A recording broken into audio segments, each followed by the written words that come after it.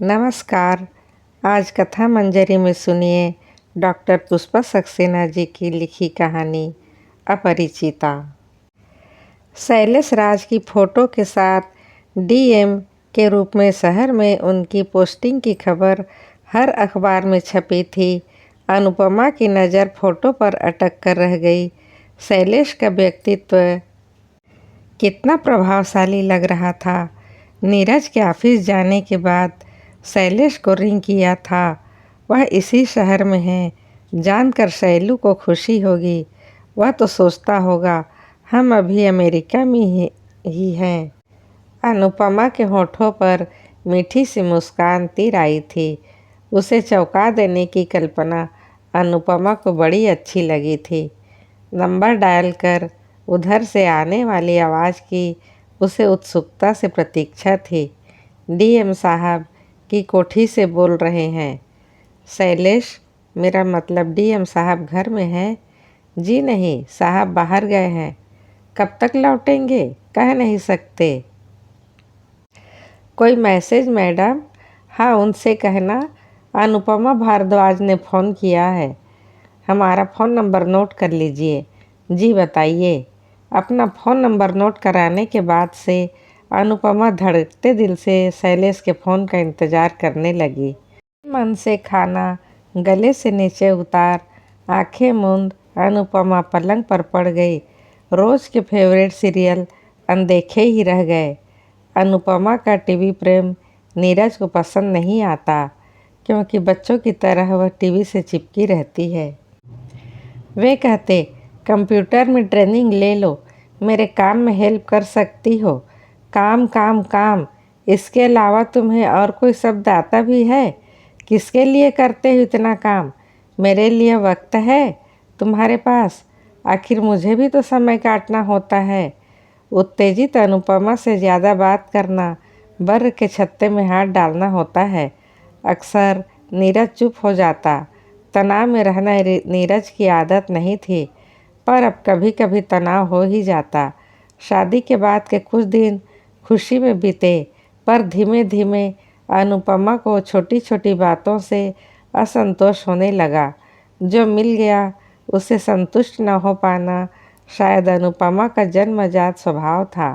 वैसे सुखी जीवन के लिए जो कुछ भी चाहिए अनुपमा के पास वह सब कुछ था।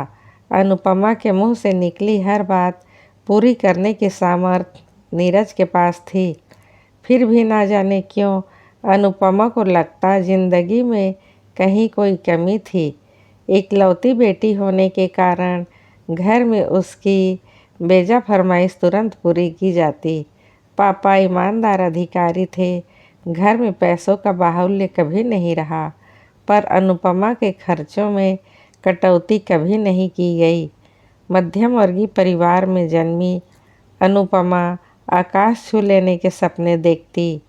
सुंदर चेहरे मोहरे के साथ अनुपमा ने बड़ा मीठा गला पाया था। उसके गीत सुन कोई भी मुग्ध हो जाता। माँ को उससे एक ही शिकायत रहती, उसमें संतोष की कमी है। कुछ भी मिल जाने पर अनुपमा और पाने को बेचैन हो उठती। पापा के शिमला ट्रांसफ़र पर अनुपमा को खुशी हुई थी। शिमला का प्राकृतिक सौंदर्य उसे अभिनव लगा था। जब तक घर की व्यवस्था नहीं हुई, उनके रहने का इंतज़ाम गेस्ट हाउस में किया गया था। गुड मॉर्निंग सर, लंच के लिए आपका ऑर्डर लेने आया हूँ, सधी आवाज़ पर। अखबार से निगाह हटा पापा ने उस लड़के की ओर देखा था। जगमगाती सफ़ेद कमीज के ऊपर पहने नीले स्वेटर में उसका गोरा रंग और भी उजला लग रहा था। चेहरे पर बुद्धि का प्रकाश झलमला रहा था। साधारण कपड़ों में वह असाधारण दिख रहा था। अनुपमा के मन में अचानक आया, किसी कपड़ा धोने के साबुन के विज्ञापन के लिए वह लड़का परफेक्ट मॉडल था।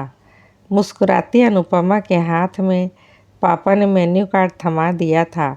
जब से अनुपमा अपनी पसंद नापसंद जाहिर करने लायक हुई, घर में उसी की पसंद चलती। अनुपमा का बताया मेन्यू नोट करते करते युवक ने एक पल को दृष्टि उठाई थी। अनुपमा से दृष्टि मिलते ही नज़र झुका ली थी। अनुपमा को लगा उस लड़के में कुछ खास ज़रूर था। यहाँ घूमने जाने के लिए कौन कौन सी जगह खास है? माँ अचानक उससे पूछ बैठी थी। आप तो टूरिस्ट सीजन में आई हैं। लोग रोज़ साइड सीइंग टूर पर जाते हैं। वहाँ नीचे से बसें और टैक्सियाँ चलती हैं। अगर आप कहें आपकी सीट बुक करा दें। युवक उत्साहित था। नहीं नहीं, अब तो हमें यहाँ 2-3 साल तो रहना ही है। आराम से सारी जगहें देख लेंगे। हाँ, आसपास जहाँ पैदल जा सके वैसी कोई जगह बताओ। घूमने बैठने के लिए तो रोज़ रिंग मॉल रोड जाते हैं।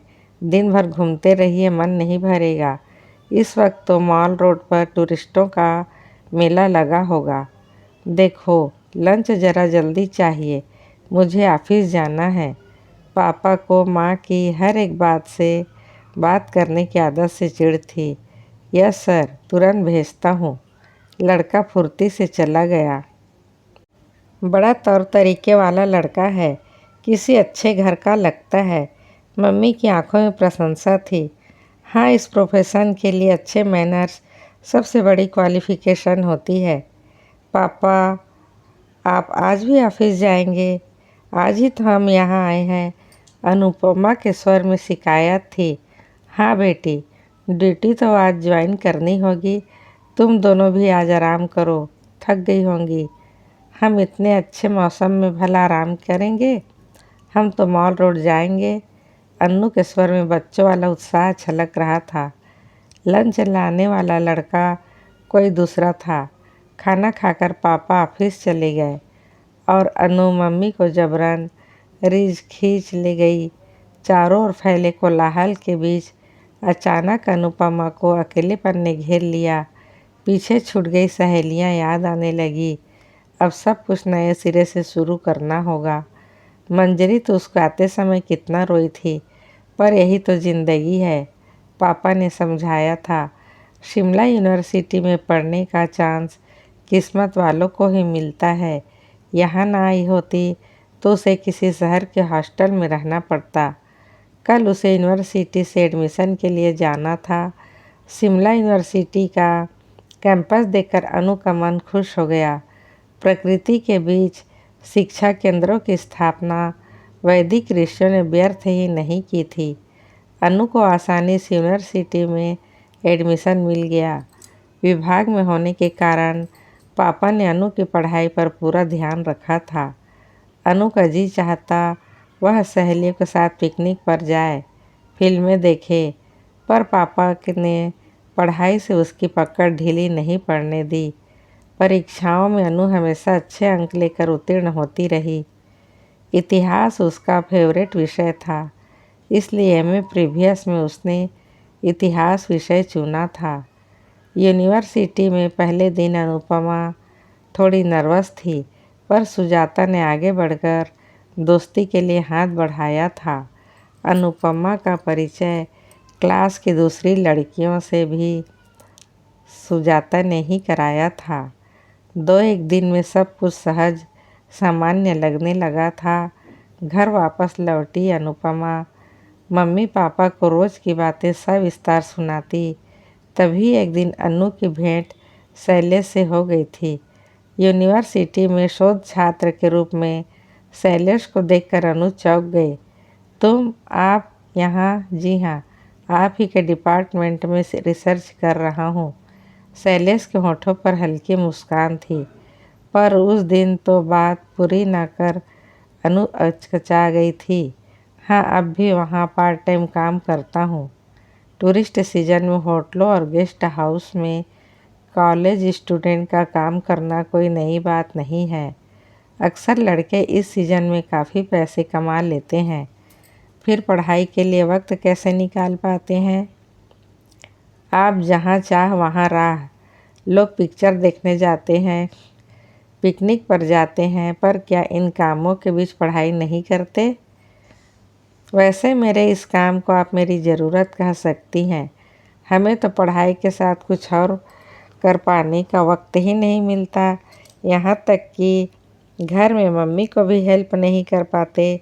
बड़ी सच्चाई और मासूमियत के साथ अन्नू ने अपनी बात कही थी।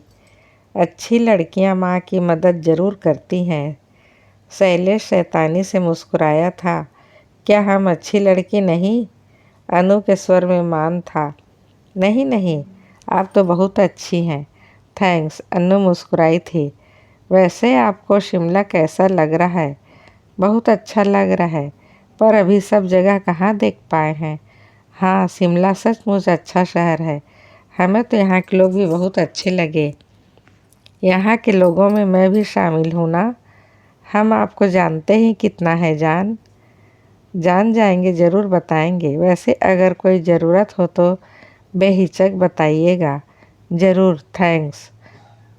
शैलेश के जाने के बाद सुजाता दौड़ी आई थी। अनुपमा का हाथ पकड़ उत्सुकता से पूछा था, तू उसे जानती है अनु? किसकी बात कह रही है सुजाता? अरे वही जीनियस ऑफ द डिपार्टमेंट। मेरा मतलब शैलेश राज से है। अभी तुझसे वह बात कर रहा था ना? वह जीनियस है?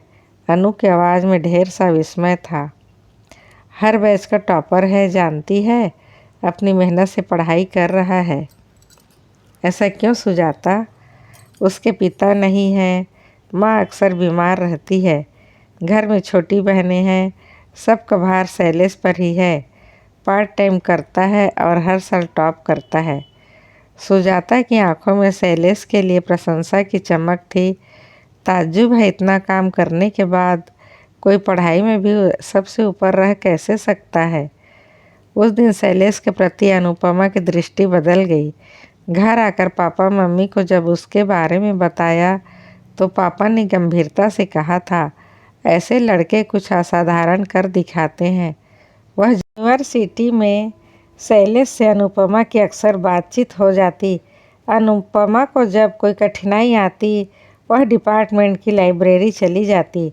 शैलेश उसकी हर कठिनाई इस आसानी से सुलझा देता कि अनुपमा ताज्जुब में पड़ जाती।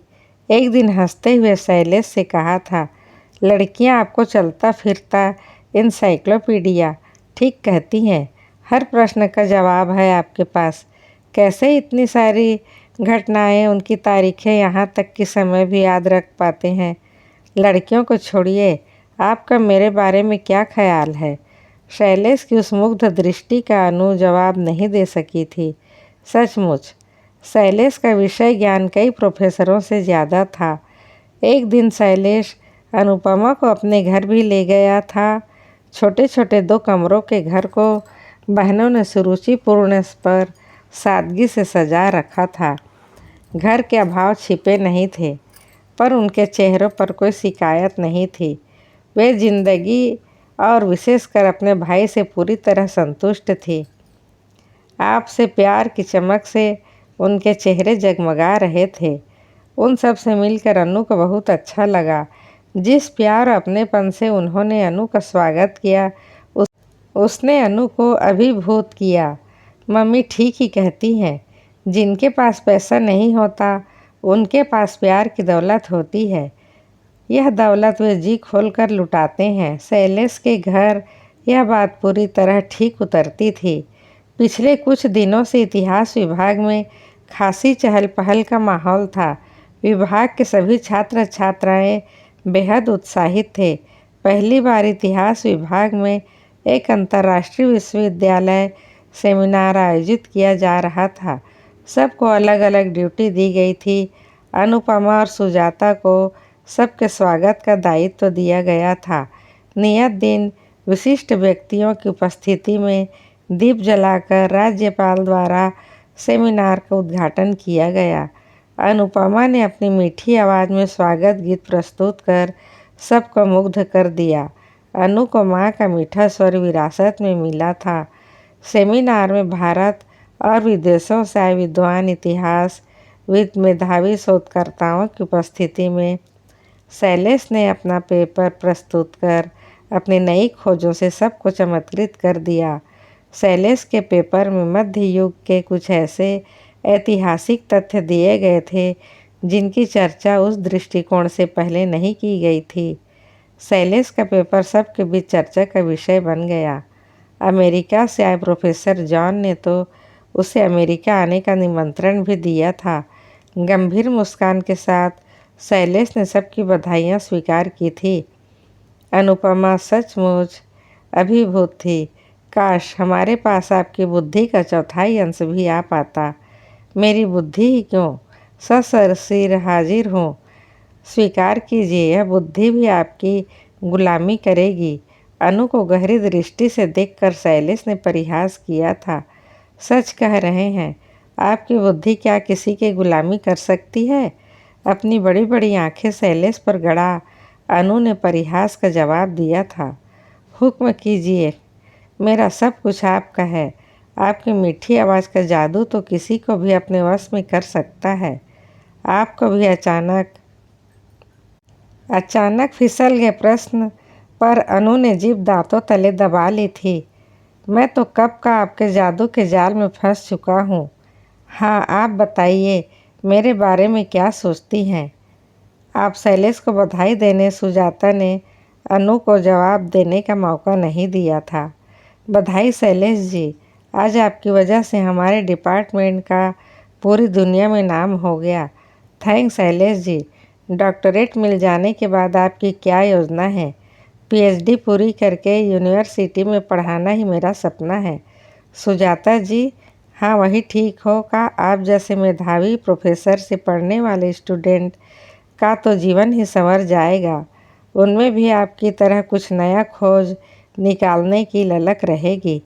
इतिहास के लिए खोज निकालने की ललक चाहिए। इतिहास के लिए ऐसे ही शोधार्थी चाहिए। सुजाता के हर शब्द से उत्साह छलक रहा था। नहीं, आप जैसे ब्रिलियंट स्टूडेंट को तो आईएएस बनना चाहिए। प्रशासनिक सेवा में आप ही की ज़रूरत है। आप चाहती हैं मैं टीचिंग प्रोफेशन में न जाकर एडमिनिस्ट्रेटर बनूं? आईएएस एग्ज़ाम की बात तो मैंने सोची ही नहीं। अनु की बात पर शैलेश सोच में पड़ गया।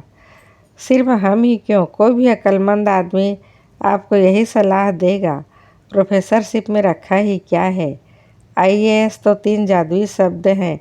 कितने ग्लैमर हैं। दूर के रिश्तेदार के कलेक्टर मामा के वैभव ने अनु को हमेशा मुग्ध किया था। धत तेरे की, तेरे जादुई शब्दों और ग्लैमर की। शैलेश जी, आप इसकी बातों पर मत जाइए। हमें विश्वास है आप कुछ ऐसा नया खोज निकालेंगे कि दुनिया भर में आपका नाम होगा। सुजाता ने अनु की सलाह पर अपनी राय जताई थी। हौसला अफजाई के लिए शुक्रिया। वैसे आप दोनों सहेलियों की पसंद बिल्कुल अलग है। शैलेश हंस दिया था। घर आकर अनुपमा सोच में पड़ गई। पिछले कुछ दिनों से शैलेश ऐसे संकेत दे रहा था जिसमें अनुपमा के लिए गहरी चाहत साफ झलकती। खुद अनु को शैलेश पसंद था। उसकी बुद्धि तेजस्विता उसे आकृष्ट करती। आईएएस परीक्षाओं में क्वालिफाई कर लेना उसके लिए कठिन बात नहीं थी, पर वह आईएएस हो जाए तो बचपन से कुछ खास बन सकने की अनु की इच्छा ज़रूर पूरी हो सकती है। कलेक्टर एक तरह से पूरे ज़िले का राजा ही होता है। स्कूल कॉलेज में कलेक्टर की पत्नी को पुरस्कार बांटते देख अनुपमा को उसके भाग्य से ईर्ष्या होती। क्या कोई दिन ऐसा आएगा जब वह पुरस्कार बांट सकती? शैलेश की बीमारी की बात सुन अनुपमा उसे देखने उसके घर गई थी। उसे देखते ही शैलेश खिल उठ गया। नसीब, आप यहाँ आई। ऐसे क्यों कहते हो? हम कोई खास मेहमान तो है नहीं। अनु सकुचा गई थी। मेरे लिए तो आप बहुत खास हैं। न जाने किस खुशनसीब की किस्मत में आप हैं। शैलेश गंभीर था। छी, ऐसे क्यों कहते हो? आईएएस बनने बिना क्या आप स्वीकार करेंगी? प्लीज़ ऐसी बातें मत करो। अनु संकोच से भर उठी थी। अगर सच यही है तो आपका सपना पूरा करने का वादा रहा। शैलेश हल्के से मुस्कुरा दिया। आप जल्दी से अच्छे हो जाइए, हम बस यही कहने आए हैं। धड़कते दिल से अनुपमा शैलेश की बातें दोहरा रही। शैलेश ने स्पष्ट शब्दों में अपने मन की बात बता दी थी। अनुपमा भी शैलेश को चाहती थी, पर क्या उसके घर के अभाव, बहनों के प्रति दायित्वों को अनदेखा किया जा सकता था? शैलेश के लिए तो अनुपमा की हर बात पूरी करना उसका सबसे बड़ा काम होता। अनुपमा परीक्षा में टॉप करे, इसके लिए उसने अपने सारे नोट्स अनुपमा को दिए थे। उसे हमेशा उत्साहित करता।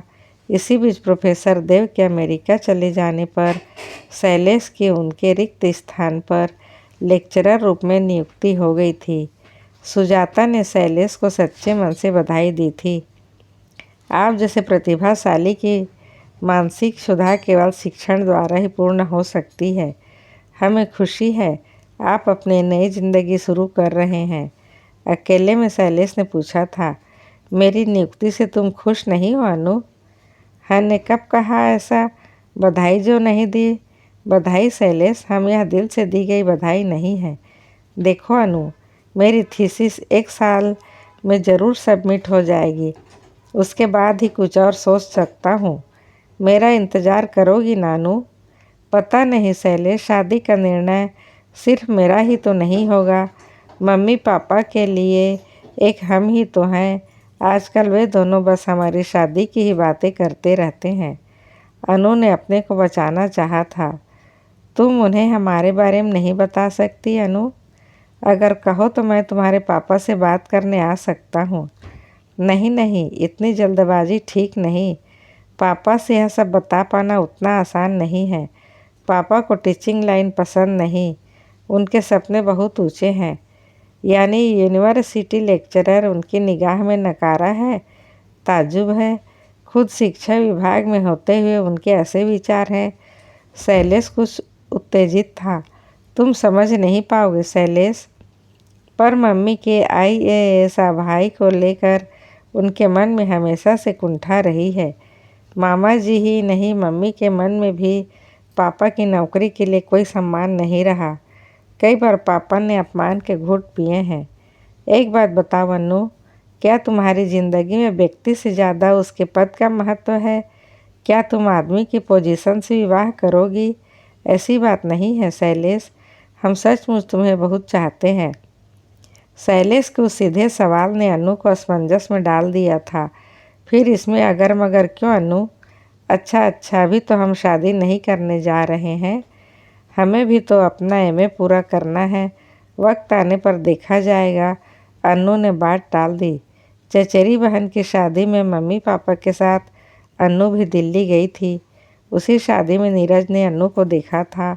अमेरिका से कंप्यूटर इंजीनियरिंग डिग्री के साथ नीरज अमेरिका में ही एक ऊंची नौकरी कर रहा था। एक उपयुक्त भारतीय लड़की की तलाश में वह भारत आया था। शादी में अनुपमा के भोले सौंदर्य और उसके गले से निकले मीठे गीतों ने नीरज का दिल जीत लिया। नीरज के घर से अनुपमा के लिए विवाह का प्रस्ताव मिलना आकाश के तारे झोली में आ जाने जैसी बात थी। मम्मी पापा की खुशी का ठिकाना न था। नीरज का अपार वैभव उनकी बेटी का हो सकता है, इस बात पर विश्वास कर पाना सहज नहीं था। अनु कुछ सोच पाने की स्थिति में नहीं थी। शादी में जमा सारे रिश्तेदारों ने उस पर बधाइयों की ऐसी बौछार कर दी कि ना कह सकने का सवाल ही नहीं उठ पाया। नीरज के घर वालों ने तुरंत सगाई के साथ ही शादी की पेशकश की थी। भगवान की कृपा से उनके यहाँ किसी चीज़ की कमी नहीं थी। 4 दिन बाद नीरज को अमेरिका वापस लौटना था, सो शादी करके ही जाए। बार बार आना जाना संभव नहीं हो पाता। अनु के चाचा ने भाई को समझाया था, ऐसा संबंध मिलना अनु का भाग्य है भाई साहब। दिल्ली में तो 1 दिन में शादी का सारा इंतजाम हो जाता है। आप सारी जिम्मेदारी मुझ पर छोड़ दीजिए। पर इतनी जल्दी निर्णय लेना क्या ठीक होगा सुरेंद्र? अमेरिका में नीरज कैसे रह रहा है, हमें कुछ तो भी नहीं पता। अमेरिका में नीरज कीचड़ में खिले कमल जैसा है भाई साहब। मेरे दोस्त का बेटा नीरज के साथ ही काम करता है। आप उस तरफ से निश्चिंत रहें। अमेरिका से आने वाले लड़कों की शादियां ऐसी ही होती है, उनके पास समय ही कहाँ होता है। हीरो के जेवरात का वजन सबके मन की दुविधा मिटा गया। अनु ने अभी और क्या चाहा था? अमेरिका से भारत इस तरह आना जाना मानो दिल्ली से शिमला जा रही हो। जीवन भर ऑटो बस में सफ़र करने वाली अनु के लिए मर्सिडीज कारें थी। अनु की MA की पढ़ाई की समस्या भी नीरज ने दूर कर दी थी। अनु प्राइवेट उम्मीदवार की तरह जब चाहे परीक्षा दे सकती है, पर इससे अच्छा यह होगा कि वह अमेरिका में टीचिंग या जर्नलिज्म का कोर्स कर ले। सब कुछ सपने जैसा लग रहा था। यूरोप में हनीमून मना दोनों का अमेरिका जाना तय हुआ। बस 4 दिनों में ही चाचा के घर से अनु की शादी हो गई थी। शिमला लौट पाने का अवसर भी नहीं था। शादी के रश में स्वप्न में डूबी प्लेन में बैठी अचानक उसे लगा वह बेहद थक गई थी। नीरज ने उसका सूखा चेहरा देख पूछा था, are you okay Anu ji? बहुत थक गए हैं। आंखों से अनजाने ही आंसुओं की धारा बह निकली थी। कम ऑन, हर लड़की को एक न दिन अपने माँ बाप का घर छोड़ना ही पड़ता है। कुछ पी लो, ठीक हो जाओगी। नहीं, हम बस सोना चाहते हैं। कितने दिनों से सो नहीं पाए हैं। ठीक है, अभी जितना सोना है सो लो। यूरोप में तो सोने का वक्त नहीं मिलेगा। हल्की मुस्कान के साथ नीरज ने कहा था। आंखें मलते हुए शैलेश का चेहरा उभर आया था। उसने अनु से पूछा था, सच बताओ अनु, तुम व्यक्ति से प्यार करती हो या उसकी पोजीशन से?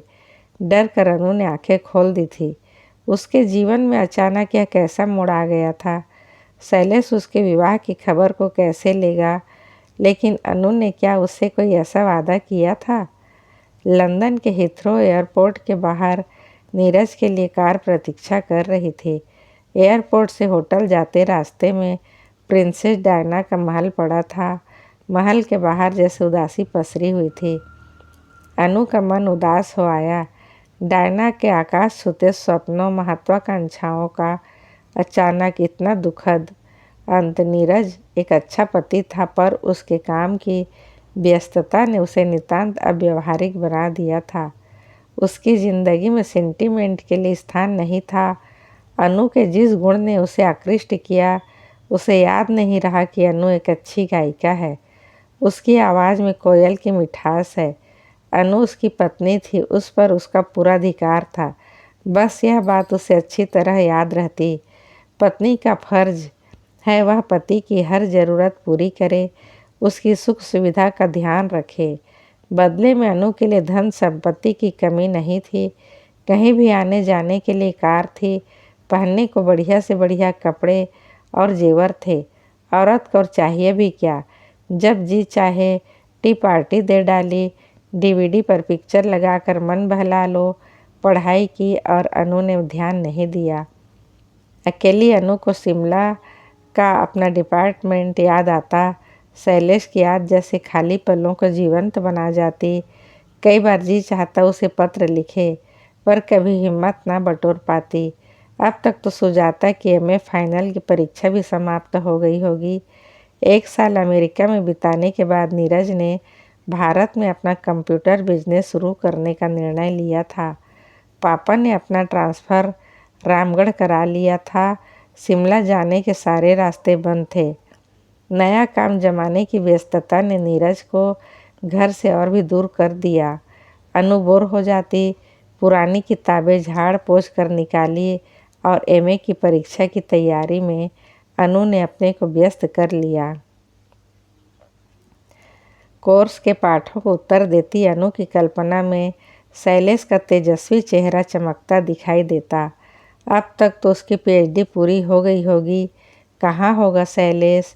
3 सालों का लंबा वक्त बीत गया। आज अखबार खोलते ही शैलेश की फ़ोटो ने उसके अतीत को फिर सजीव कर दिया। अंततः शैलेश ने पीएचडी पूरी कर ही ली। उसके बायोडाटे में दिया गया है। उसके शोध कार्य पर उसे पुरस्कृत किया गया। पूरा 1 दिन बीत गया, शैलेश का फ़ोन नहीं आया। शायद अनु ने जिस व्यक्ति को मैसेज दिया वह शैलेश को मैसेज देना ही भूल गया हो। अनु ने फिर शैलेश का नंबर डायल किया था। यस, शैलेश राज स्पीकिंग। दूसरी ओर से शैलेश की सधी गंभीर आवाज़ सुनकर अनु रोमांचित हो उठी। हेलो शैलेश, हम अनुपमा बोल रहे हैं। अनु की आवाज़ में उत्साह छलक आया था। कुछ देर मौन के बाद शैलेश की आवाज़ सुनाई दी थी। बताइए अनुपमा जी, मैं आपके लिए क्या कर सकता हूँ? आवाज़ में व्यावसायिक के पुट ने अनु को चौंका दिया। शायद आपने हमें पहचाना नहीं। हम शिमला में। आप ठीक कहती हैं, मैंने आपको सचमुच नहीं पहचाना। आप हमसे नाराज़ हैं? अपमानित अनु का गला रूंध गया था। नाराज़गी अपनों से होती है। आप एक अपरिचिता हैं। अच्छा हो आप अपना काम जल्दी बता दें, मुझे देर हो रही है। जवाब में अनुपमा की सिसकियाँ सुनाई दे रही थी। देखिए मैडम, इस तरह का व्यवहार आपको शोभा नहीं देता। आप एक समझदार महिला हैं और मैं एक जिम्मेदार ऑफिसर हूँ। हमें माफ़ कर दो शैलेश, वरना हम मर जाएंगे। तुम्हारा ऐसा बर्ताव हम सह नहीं पाएंगे। किस बात की माफ़ी मांग रही हैं आप? मुझे स्पष्ट बता दिया था आप एक ऊंचे ओहदे वाले व्यक्ति की पत्नी बनना चाहती थी। आपने व्यक्ति से नहीं उसके पोजीशन से प्यार किया था। अब आपको आपका मनचाहा मिल गया, फिर यह रोना धोना क्यों? आवाज़ में पता नहीं व्यंग था या परिहास। तुमने तो यूनिवर्सिटी में प्रोफेसर बनना चाहा था, फिर भी प्रशासनिक सेवा को अपना प्रोफेशन बनाया क्यों? शैलेश, किसी ने जिंदगी की कड़वी सच्चाई बताई। अनु एक शक्ति संपन्न व्यक्ति है, सबके आदर का पात्र बन सकता है, उसे चाहा जा सकता है। बस मुझे जिद आ गई, वही बन गया। पर सब लड़कियां तुम्हारी तरह व्यवहारिक और महत्वाकांक्षी नहीं होती। इसी सच्चाई ने मुझे जीने का मंत्र दिया है। कौन है वह लड़की जिसने तुम्हें जीने का मंत्र दिया? शैलेश, अनजाने ही अन्नू की आवाज़ में छलक आई। सुजाता, उसने मुझे चाहा। मुझे पाकर उसे ज़िंदगी की सारी खुशियाँ मिल गई। जब मैं लेक्चरर था तभी हमने विवाह किया। तो यह क्या सुजाता की इच्छा थी कि तुम यूनिवर्सिटी लेक्चररशिप छोड़कर डीएम बनो? नहीं, उसने तो यूनिवर्सिटी ना छोड़ने की जिद की थी। यह तो मेरी जिद या बचपना था। बात पूरी न कर शैलेश रुक गया था। अभी सुजाता कहाँ है? नीचे मेरा इंतज़ार कर रही है। हम दोनों बिना पैसे लिए कोचिंग इंस्टीट्यूट में पढ़ाते हैं। क्यों शैलेश, अब तुम्हें इसकी क्या ज़रूरत है? यह बात तुम नहीं समझ सकती, पर सुजाता जानती है। पढ़ाना मेरा पहला प्यार है।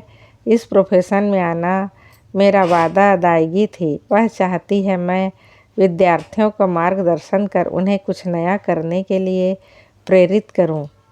वादा अदायगी कहीं तुम मुझसे किए वादे की बात तो नहीं कर रहे हो शैलेश? अनु का रोम रोम कान बन गया था। जी नहीं, एक बात कहना चाहूँगा। मेहरबानी करके आज के बाद दोबारा कभी फ़ोन मत कीजिएगा। हम अपने आप में बेहद खुश हैं, उसमें अतीत का जहर नहीं घोलना चाहते। Thanks for calling, good bye. उधर से फ़ोन काट दिया गया था। हथेलियों में मुंह छिपा अनु फूट फूट कर रो पड़ी। अभी आप सुन रहे थे डॉक्टर पुष्पा सक्सेना जी की लिखी कहानी अपरिचिता। धन्यवाद मित्रों, अगली कहानी में फिर मिलते हैं।